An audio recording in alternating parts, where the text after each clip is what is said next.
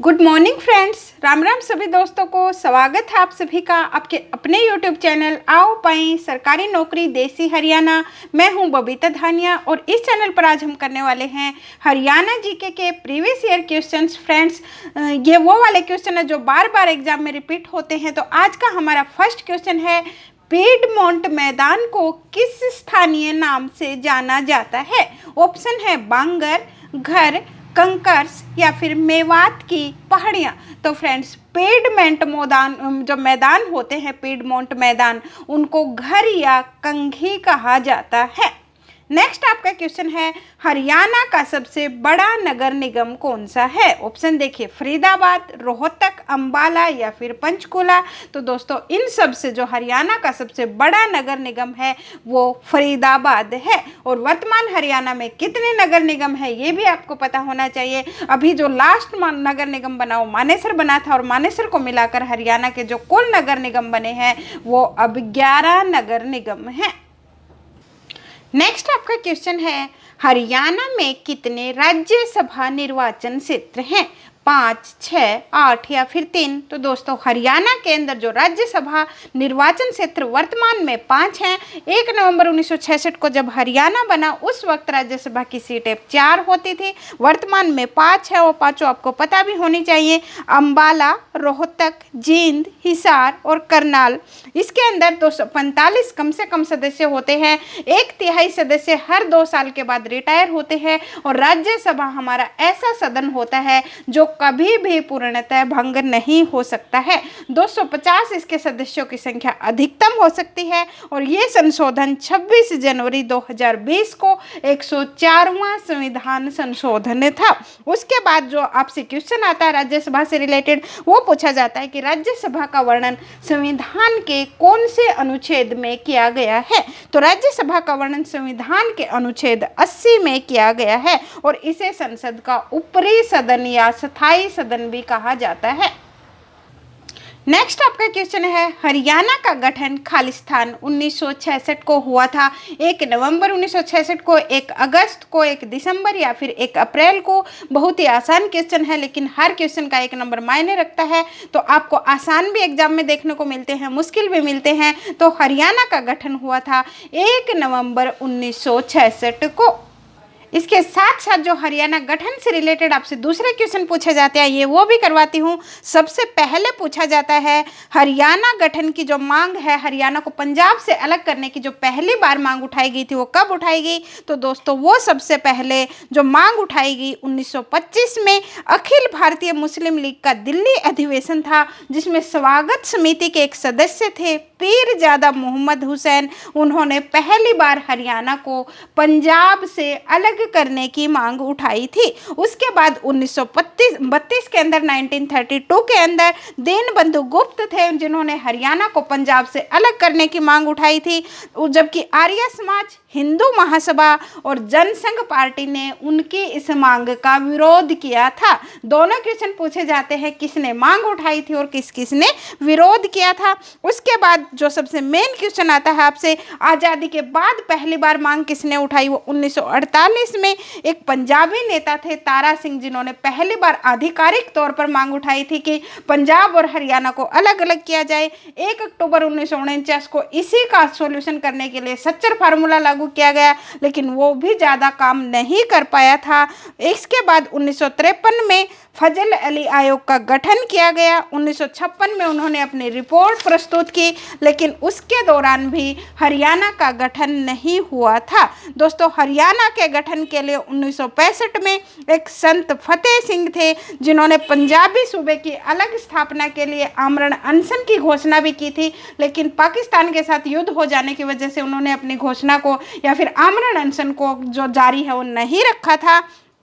उसके बाद 23 अप्रैल 1966 में सर्वोच्च न्यायालय के न्यायाधीश थे एक JC शाह, उनकी अध्यक्षता के अंदर पंजाब सीमा आयोग का गठन किया गया, जिसके 2 सदस्य आपसे और पूछे जाते हैं, एस दत्त और एम फिलिप।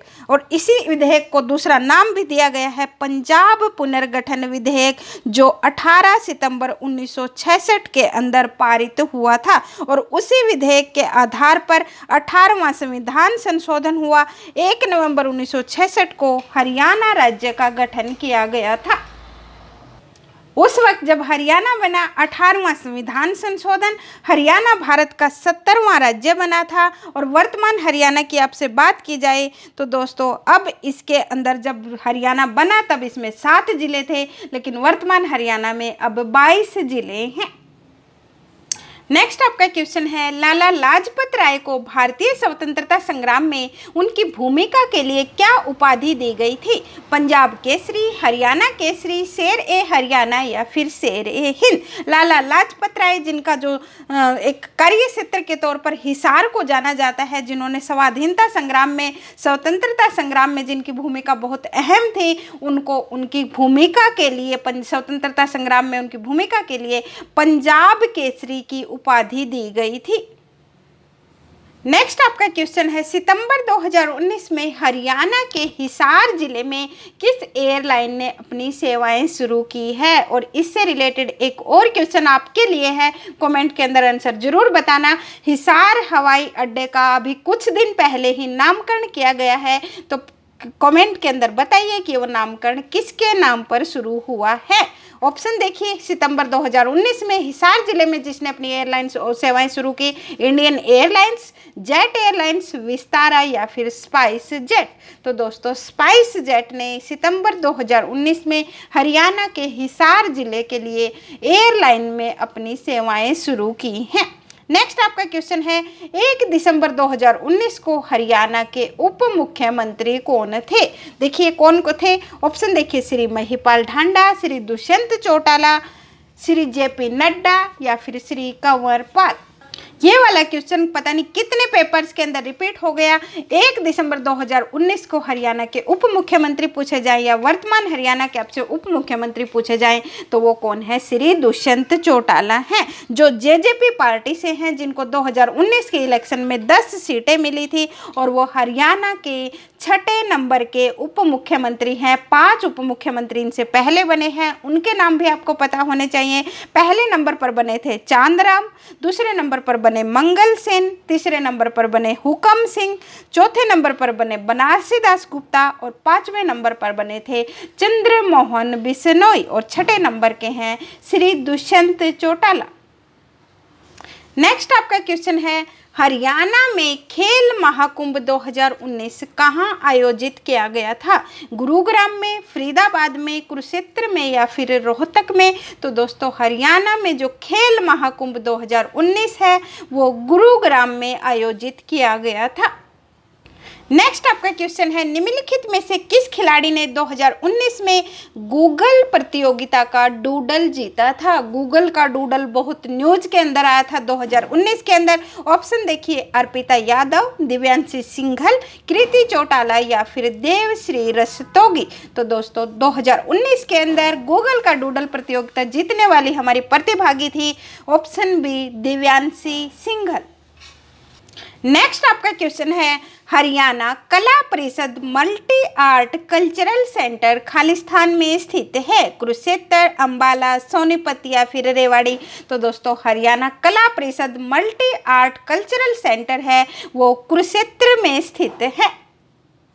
नेक्स्ट आपका क्वेश्चन है, निम्नलिखित में से किस भाषा में आपको ज़्यादा हरियाणवी साहित्य नहीं मिलता है? हिंदी में, ब्रज में, उर्दू में या फिर पाली में? तो दोस्तों, हिंदी में भी हरियाणवी साहित्य की रचना बहुत ज़्यादा की गई है, ब्रज भाषा के अंदर भी मिलता है और उर्दू में भी हरियाणवी साहित्य बहुत ज़्यादा मिलता है, लेकिन पाली भाषा के अंदर हरियाणवी साहित्य की ज़्यादा रचना नहीं की गई है। नेक्स्ट आपका आपका क्वेश्चन है, निम्नलिखित में से कौन हरियाणवी भाषा में अपनी हास्य और व्यंग कविता के लिए जाने जाते हैं? श्री दयाचंद मायना, श्री सुरेंद्र शर्मा, श्री गजेंद्र वर्मा या फिर श्री सोनू निगम। दयाचंद मायना हरियाणा के जॉन मिल्टन कहे जाते हैं। श्री सुरेंद्र शर्मा जो हरियाणवी भाषा में हास्य और व्यंग के लिए जाने जाते हैं, जो इस क्वेश्चन का आंसर भी है। श्री गजेंद्र वर्मा भी हरियाणवी एक बहुत अच्छे गायक हैं। और श्री सोनू निगम को भी कौन नहीं जानता, वो हरियाणा से रिलेटेड है और वो बॉलीवुड में पार्श्व गायक हैं। नेक्स्ट आपका क्वेश्चन है, नेकचंद सैनी खालिस्तान से जुड़े हैं। उपन्यास लिखा है उन्होंने लाल पसीना। ऑप्शन बी है साहित्य कार्य किया है सीप का मोती उन्होंने लिखा है। ऑप्शन सी फिल्म चंद्रावल से जुड़े हुए हैं या ऑप्शन डी पत्थर बाग से जुड़े हुए हैं। तो दोस्तों नेकचंद सैनी जो पत्थर बाग, जिसको रॉक गार्डन कहा जाता है, जो चंडीगढ़ में स्थित है, उससे जुड़े हुए हैं। नेकचंद सैनी ने ही रॉक गार्डन का निर्माण किया था और बहुत ही सुंदर रचना बनी हुई है, जो एक कूड़े करकट को इकट्ठा करके भी किसी को कितना सुंदर रूप दिया जा सकता है। रॉक गार्डन अगर कभी चंडीगढ़, जब आपका एग्जाम क्लियर होगा, आपको डॉक्यूमेंट वेरिफिकेशन के लिए चंडीगढ़ बुलाया जाएगा, तब जाकर आप रॉक गार्डन जरूर घूम सकते हो। तो उससे पहले आपको पढ़ना पड़ेगा और बहुत ही सुंदर है रॉक गार्डन, आप देखकर जरूर आना। तो नेकचंद सैनी किससे जुड़े हुए हैं? पत्थर बाग या फिर रॉक गार्डन लिखा हो सकता है। नेक्स्ट आपका क्वेश्चन देखना फ्रेंड्स, क्षेत्रफल की दृष्टि से हरियाणा का सबसे बड़ा जिला कौन सा है? पंचकूला, सिरसा, फरीदाबाद या फिर गुरुग्राम। तो दोस्तों हरियाणा का जो क्षेत्रफल की दृष्टि से जो हरियाणा का सबसे बड़ा जिला है वो है आपका सिरसा जिला, जिसकी स्थापना की गई थी 26 अगस्त 1975 को और जिसका क्षेत्रफल है 4277 वर्ग किलोमीटर। उसके बाद आपको ऑप्शन ए दिया गया है, आपको पंचकूला का भी पता होना चाहिए। पंचकूला की स्थापना की गई थी 1995 में और इसका क्षेत्रफल है 898 वर्ग किलोमीटर। ऑप्शन सी पर आपको फरीदाबाद दिया है, जो हरियाणा का क्षेत्रफल की दृष्टि से सबसे छोटा जिला है। उसकी स्थापना 1979 में हरियाणा के 12वें जिले के तौर पर की गई थी और इसका क्षेत्रफल है महज 741 वर्ग किलोमीटर। और ऑप्शन डी पर है आपके पास गुरुग्राम। गुरुग्राम हरियाणा जब 1 नवंबर 1966 को बना तब भी हरियाणा का जिला था। इसका क्षेत्रफल है 1258 वर्ग किलोमीटर। नेक्स्ट आपका क्वेश्चन है, अरावली की पहाड़ियाँ हरियाणा के खालिस्तान भाग में पाई जाती हैं। ऑप्शन देखिए, केंद्रीय भाग में, दक्षिणी भाग में, उत्तरी भाग में या फिर पूर्वी भाग में। तो दोस्तों अरावली की पहाड़ियाँ हरियाणा के दक्षिण में पाई जाती हैं। शिवालिक की पहाड़ियाँ हरियाणा के उत्तर पूर्व में पाई जाती हैं और दक्षिण में है हरियाणा के अरावली की पहाड़ियाँ। नेक्स्ट आपका क्वेश्चन है, अनंगपुर बांध हरियाणा के किस जिले में स्थित है?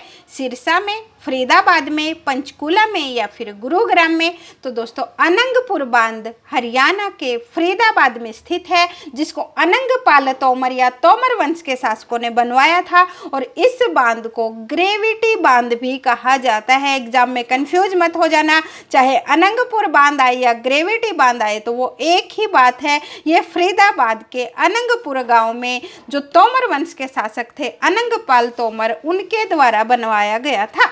नेक्स्ट आपका क्वेश्चन है, 1 जनवरी 2020 तक हरियाणा के राज्यपाल कौन हैं? ऑप्शन देखिए, श्री सत्यदेव नारायण आर्य, श्री प्रोफेसर कप्तान सिंह सोलंकी, श्री ओम प्रकाश वर्मा या फिर श्री जगन्नाथ पहाड़िया। तो दोस्तों 1 जनवरी 2020 तक की बात की गई है। उस वक्त हरियाणा के राज्यपाल थे श्री सत्यदेव नारायण आर्य। वर्तमान हरियाणा के राज्यपाल बदल चुके हैं, अब हरियाणा के राज्यपाल हैं श्री बंडारू दत्तात्रेय।